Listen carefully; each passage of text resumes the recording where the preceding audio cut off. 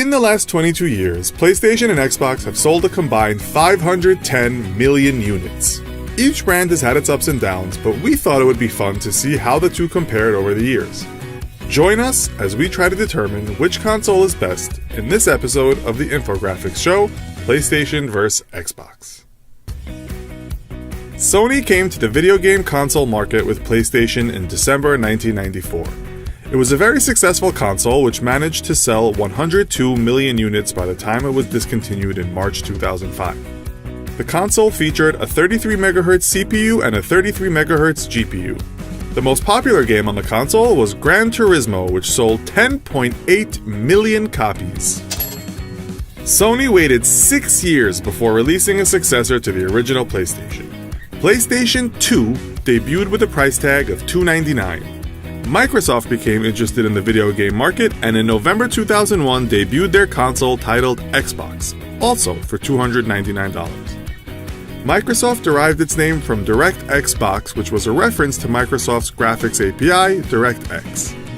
Xbox had a significant technological advantage over PlayStation 2.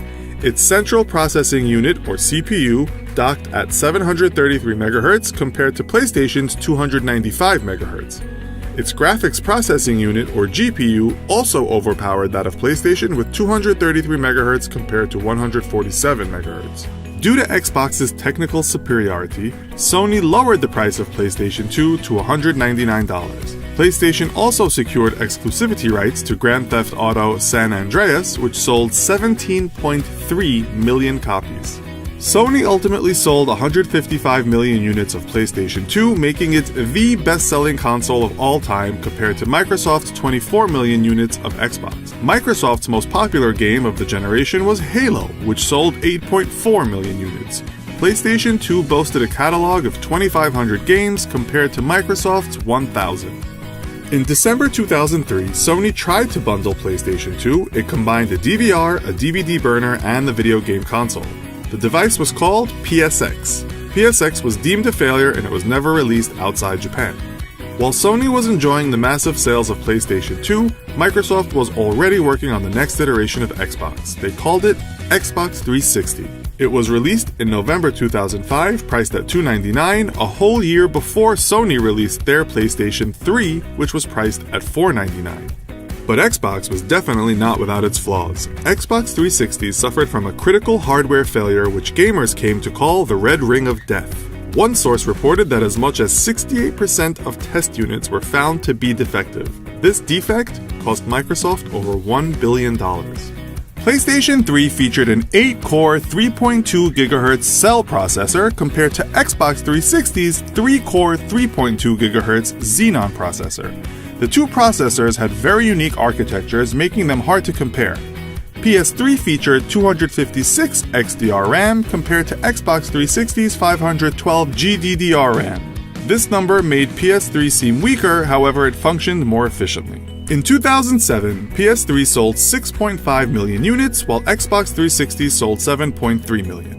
PS3, in the same year, sold worse than its previous, far less powerful version, which sold 12 million units. But even though PS3 had a slow start, it managed to catch up with Xbox 360. By June 2016, PS3 sold 86.5 million units, while Xbox 360 sold 85.5 million. The Xbox 360 game catalog contained 1,200 titles, while the PS3 game catalog contained 2,100. If we don't count Kinect Adventures, which came bundled with Kinect, Grand Theft Auto 5 was the most successful video game title on both consoles, selling 21.3 million copies on PS3 and 17.8 million on Xbox 360. The 8th generation of consoles came out in November 2013, with Microsoft releasing Xbox One and Sony releasing PlayStation 4. Microsoft suffered a huge marketing blow even before release when they announced that Xbox One will require always online mode, which would make the console unusable if it was unable to connect to the internet at least every 24 hours. PlayStation 4 arrived in stores at a price tag of $399, while Xbox One launched at $499 and included Kinect. At launch, both consoles were similarly matched as far as processors were concerned. PS4 featured an 8-core AMD processor which clocked at 1.6 GHz and Xbox One at 1.75 GHz. But as far as graphics were concerned, PS4 had a 30% advantage with 1.84 teraflops over Xbox One's 1.31 teraflops. In August 2016, Microsoft released Xbox One S, a physically smaller design of Xbox One which includes Ultra HD Blu-ray support and can output and stream videos at 4K resolution. Sony released PlayStation 4 Pro in September 2016. The Pro version received a massive power boost by upping its graphic performance to 4.2 teraflops, but features no Ultra HD Blu-ray support. To date, PS4 has sold over 40 million units while Xbox One has sold 18 million. Microsoft is expected to release Xbox Scorpio in late 2017, which is going to have a graphical performance of 6 teraflops. We addressed a lot of technical specifications in this episode, but let's not forget that software plays a big part in all this and deserves a video of its own. So, do you think there is any chance Xbox can once again take the lead?